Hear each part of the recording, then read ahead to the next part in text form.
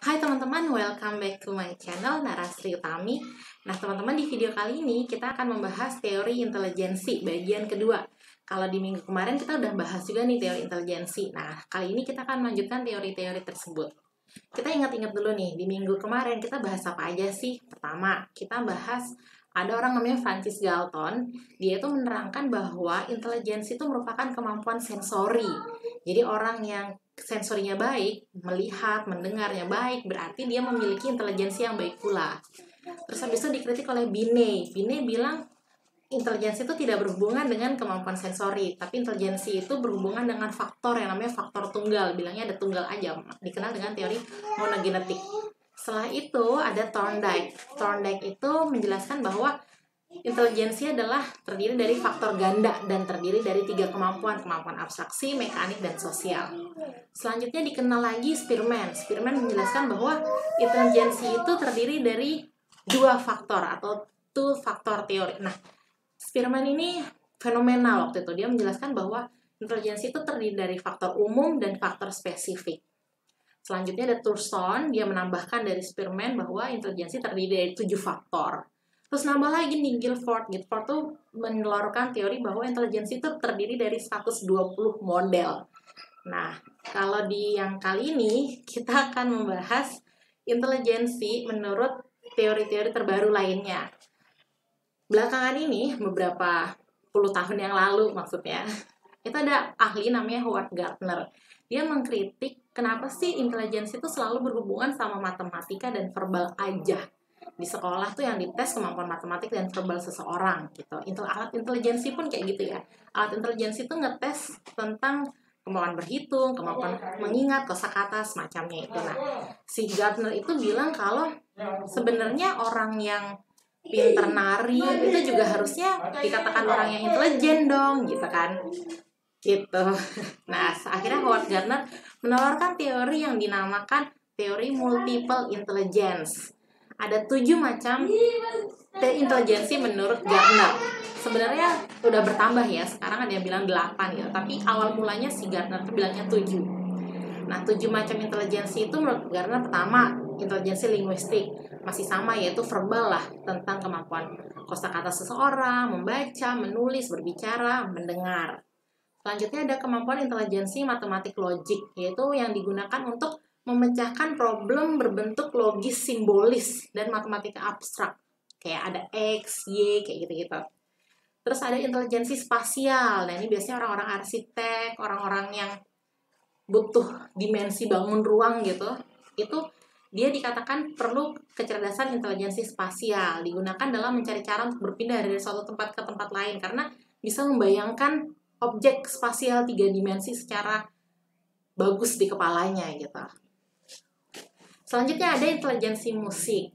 Intelijensi musik itu kepekaan terhadap lagu, suara, nada, dan memainkan alat musik juga. Jadi tidak hanya sekedar mendengarkan musik ya.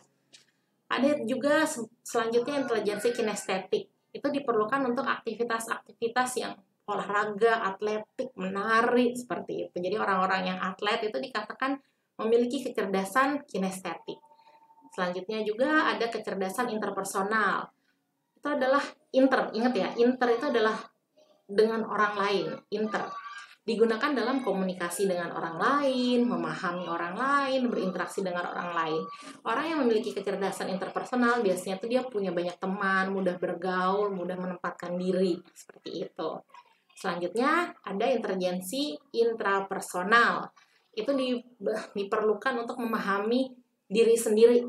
Jadi orang yang paham dirinya sendiri, tahu dia tuh mau apa, mengetahui dirinya tuh punya potensi apa, seperti itu. Jadi kepekaan terhadap dirinya sendiri.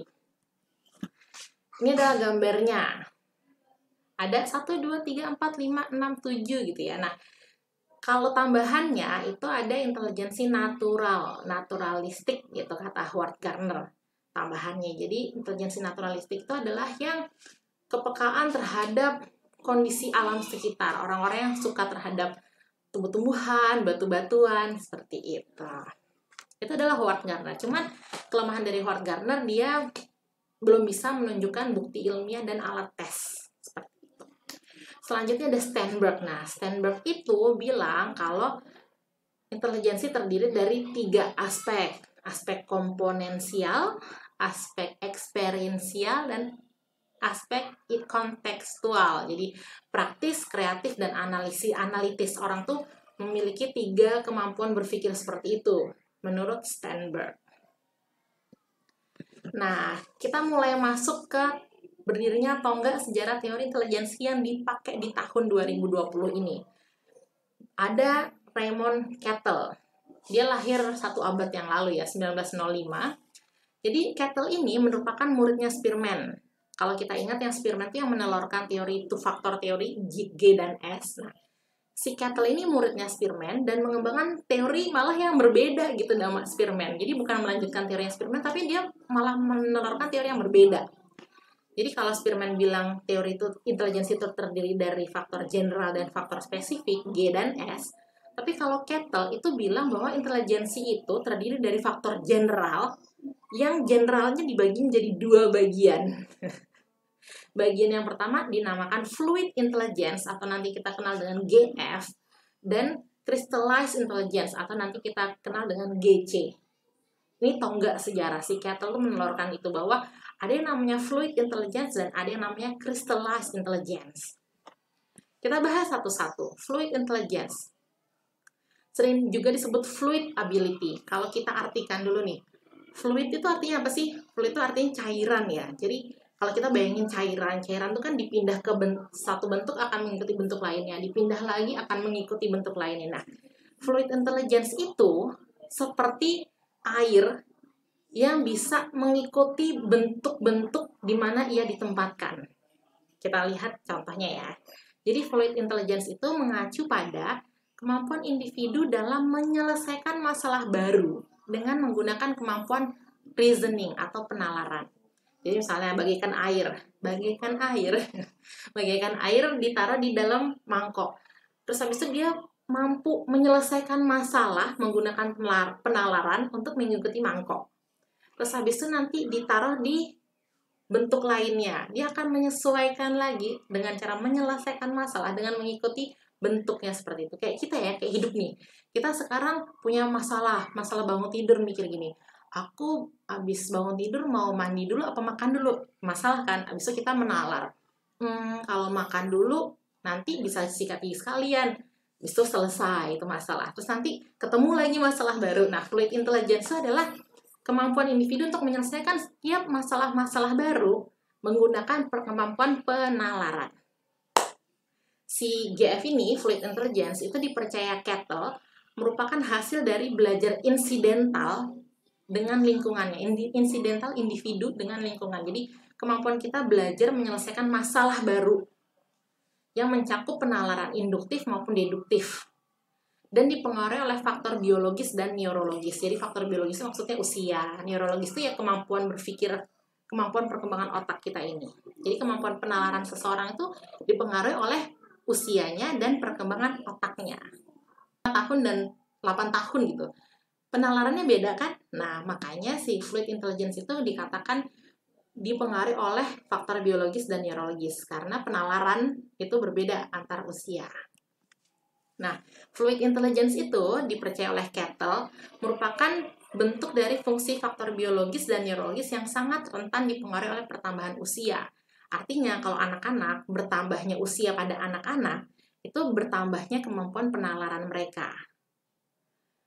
Dan dikatakan juga fluid intelligence itu cenderung, jadi ini nggak pasti ya, masih belum dipastikan 100%, tapi diperkirakan bahwa fluid intelligence adalah kemampuan bawaan yang tidak terkait dengan latihan. Latihan itu adalah efek belajar di sekolah, efek les, efek distimulasi orang tua. Karena sangat dominan terlihat pada masa kanak-kanak dan mulai mengalami resesi pada saat memasuki remaja. Jadi makin ke remaja, kita tuh makin berkurang menggunakan fluid intelligence. Kita udah menggunakan tambahan dari crystallized intelligence.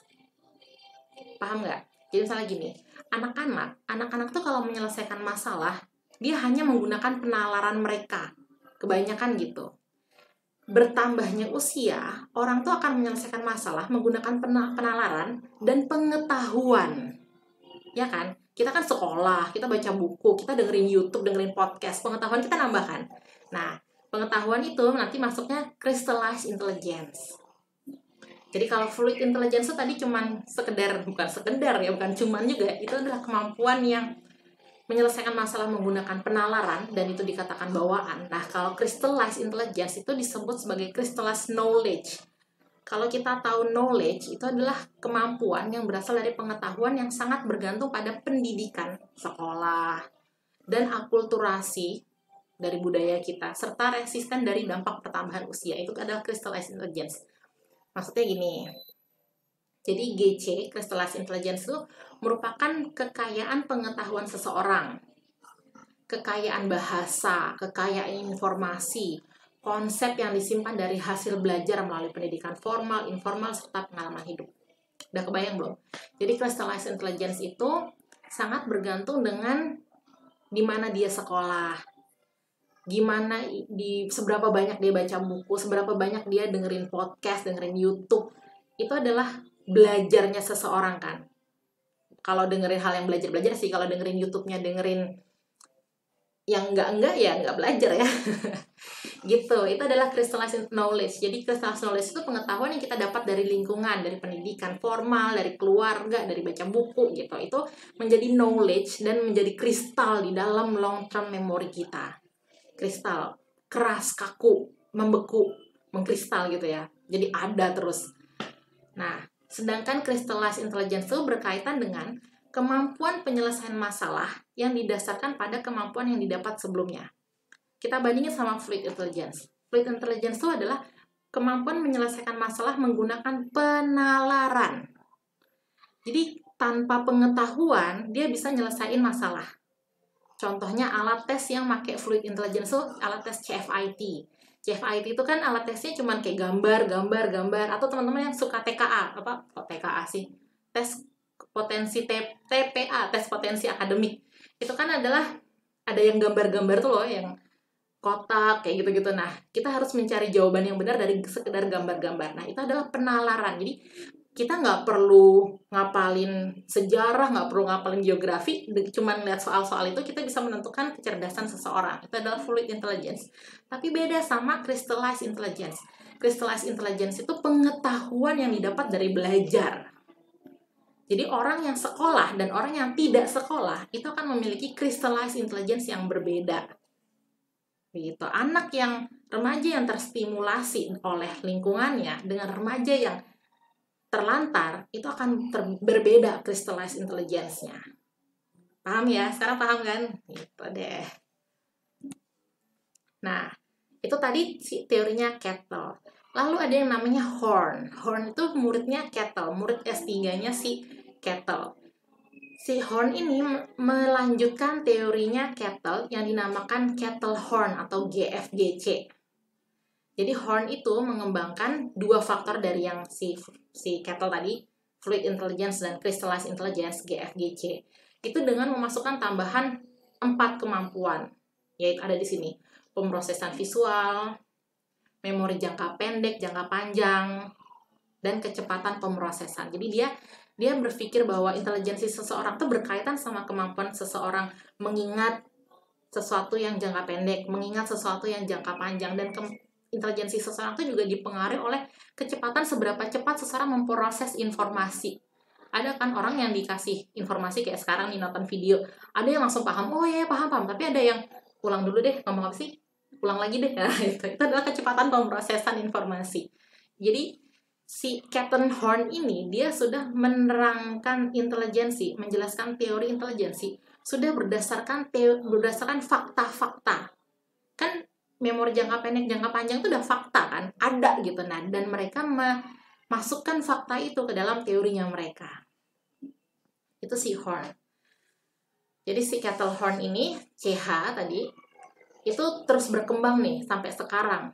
Sekarang lebih berkembang lagi. Si Horn tuh terus menambahkan faktor-faktor lainnya. Si Kettle udah meninggal, si Horn terus menambahkan faktor-faktor lainnya dengan melakukan banyak penelitian empiris, banyak penelitian-penelitian lainnya. Dan akhirnya pada tahun akhir 90-an, nah 90-an teman-teman udah lahir ya. Barusan banget kan, 90-an tuh baru 10 tahun yang lalu tuh. 20 tahun yang lalu. Udah lahir belum? Itu dia bilang ada 8. Jadi si Horn tadi nih, si Horn tuh awalnya kan bilang 4, terus sekarang jadi 8. Nah, sekarang nambah lagi, ada yang namanya Carroll. Carroll tuh hidup tahun 1916 sampai 2003. Dia melanjutkan teorinya Captain Horn yang tadi GFGC. Dia menawarkan bahwa dibuat hierarki dong gitu. Istilahnya gitulah, bahasa gampangnya. Intelijensi seseorang tuh ada banyak ya faktornya. Kita buat hierarki, mana sih yang paling strata paling tinggi yang digunakan pertama kali dan strata bawahnya yang merupakan spesifik gitu. Nah, begitu. Jadi kalau si Carroll ini dikenal dengan teorinya yang dinamakan Three Stratum Theory, bahwa ada stratum tertinggi yaitu General Intelligence, paling tinggi General Intelligence itu kemampuan umumnya. Baru di bawahnya nanti terdiri dari faktor-faktor yang diungkapkan oleh Horn, ada 8 faktor begitu. Dan faktor paling 3 itu adalah faktor yang lebih spesifik lagi. Nah, itu adalah yang sampai tadi tahun 2003 ya si Carroll ya. Lalu sekarang ini tahun 2020 kita nganut teori yang mana gitu. Dari kemarin kita udah belajar teori intelijensi. Kita bertanya-tanya, terus yang mana sih yang bener gitu. Nah, itulah uniknya psikologi ya. Kita susah bilang bener salah gitu. Kita berat mengatakan bahwa Binet itu salah. Ya, kita nggak bisa bilang Binet salah. Dia tuh menjadi cikal bakal adanya tes intelijensi sekarang. Oke, nggak perlu berlama-lama deh. Teori apa sih yang kita pakai di tahun 2020 ini? Tada! Jawabannya adalah teori CHC teori. Ini teori yang masih berkembang dan dinilai teori yang paling komprehensif sampai sekarang. Jadi dia itu merupakan kombinasi dari Kettle, Horn, dan Carroll. CHC. Nah, tokohnya yang mengembangkan adalah orang yang bernama Kevin McGraw. Jadi dia menggabungkan teori Kettle, Horn, dan Carroll itu digabungkan menjadi istilahnya namanya CHC teori. Ini merupakan teori intelijensi terbaru, terkini, yang menjadi dan menggambarkan struktur kognitif manusia yang memiliki dukungan empiris ilmiah yang paling kuat, mendasarkan analisanya pada ratusan data tes. Jadi ini udah istilahnya yang paling bisa kita percaya saat ini, yang dikatakan paling benar gitu. Nah, si CHC teori ini memiliki konsep, dia pakai konsepnya Carroll bahwa terdiri dari 3 stratum. 3 tingkatan, bahwa kognitif manusia nih, intelijensi kita di dalam otak kita ini, fungsinya tuh terdiri dari 3 tingkatan. Tingkatan paling atas itu namanya stratum 3, itu merupakan general intelligence atau faktor umum intelijensi, menyelesaikan masalah-masalah ya, faktor umum lah gampangnya gitu. Terus stratum 2 itu dinamakan broad ability factors, terdiri dari 16 kemampuan. Nanti kita akan lihat tabelnya. Terus nanti paling kecil lagi itu namanya stratum 1 atau yang narrow, yang udah spesifik gitu. Begitu. Dan ini si Kevin McGraw tuh masih mengembangkan terus. Waktu itu udah menelurkan teori tahun 2000-an. Terus kemarin terakhir tahun 2018 dia mengeluarkan lagi teorinya. 2018 baru 2 tahun yang lalu nih. Jadi dia memang teori CHC ini terus berkembang berdasarkan hasil penelitian. Kerennya itu. Ini adalah struktur kognitif manusia, teman-teman. Ini adalah struktur kognitif kita. Kita loh. Jadi intelijensi kita ini kalau digambarkan oleh teori CHC teori itu gambarnya kayak gini. Faktor general tadi, terus habis itu stratum 2. Stratum 2 itu yang ada kotak hitam ini, bingkai hitam yang tebal, itu stratum 2. Terus sebelahnya itu adalah stratum 3 atau narrow atau udah spesifik. Rumit ya teman-teman ya. Ini rumit ya, gambarnya terlihat rumit ya, tapi nggak apa-apa, kita nggak perlu pusing sampai sekarang. Semoga di lain waktu kita bisa bahas deh mendalami CHC teori ini. Karena CHC teori ini menarik banget teman-teman. CHC teori ini sekarang menjadi dasar penyusunan alat tes intelijensi saat ini, tahun 2000-an ini. Kalau kita lihat teori CHC itu sekarang yang pakai teori CHC itu adalah ada namanya tes intelijensi Woodcock-Johnson tahun 2001 itu menelurkan tes intelijensi yang ketiga. Sayangnya di Indonesia kita nggak ada ya, bukan belum, tapi nggak ada tes Woodcock-Johnson ini, belum ada tes dan normanya gitu. WISC yang kita kenal di Indonesia WISC, di luar negeri sana si WISC itu udah dikembangkan sampai WISC 4 tahun 2003 terakhir. Terus Binet, yang kita kenal juga, tes Binet kan kita kenal ya. Nah, di dunia ini, di luar negeri sana, udah ada tes intelijensi Binet yang kelima, revisi yang kelima. Itu tahun 2003 kemarin. Itu adalah tes-tes intelijensi terkini, dan tes-tes intelijensi terkini sekarang itu make berdasarkan CHC teori.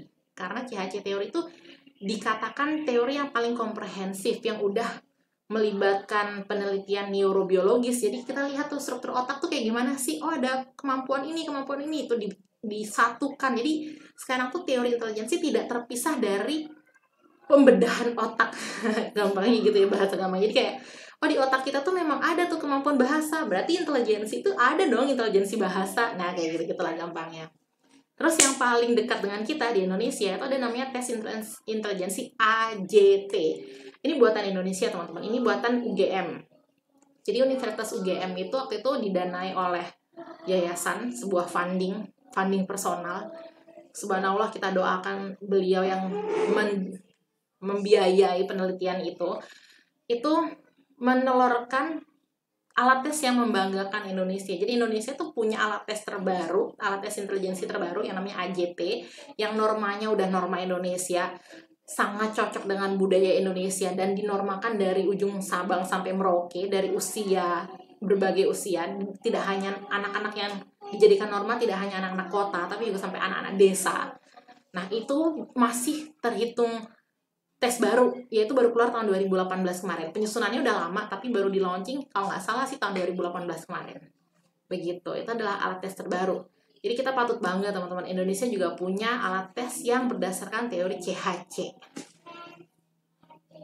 Begitu, teman-teman, perjalanan teori intelijensi kita dari zaman dahulu kala yang bilang intelijensi itu berdasarkan kemampuan sensorik, kemampuan melihat, mendengar, dan meraba. Sekarang kita udah mengetahui bahwa intelijensi itu berdasarkan teori-teori komprehensif lainnya, berdasarkan teori neurobiologis, perilaku, dan macam-macam. Begitu, teman-teman, terima kasih telah melihat video ini, semoga bermanfaat. Sampai jumpa di video lainnya, bye-bye.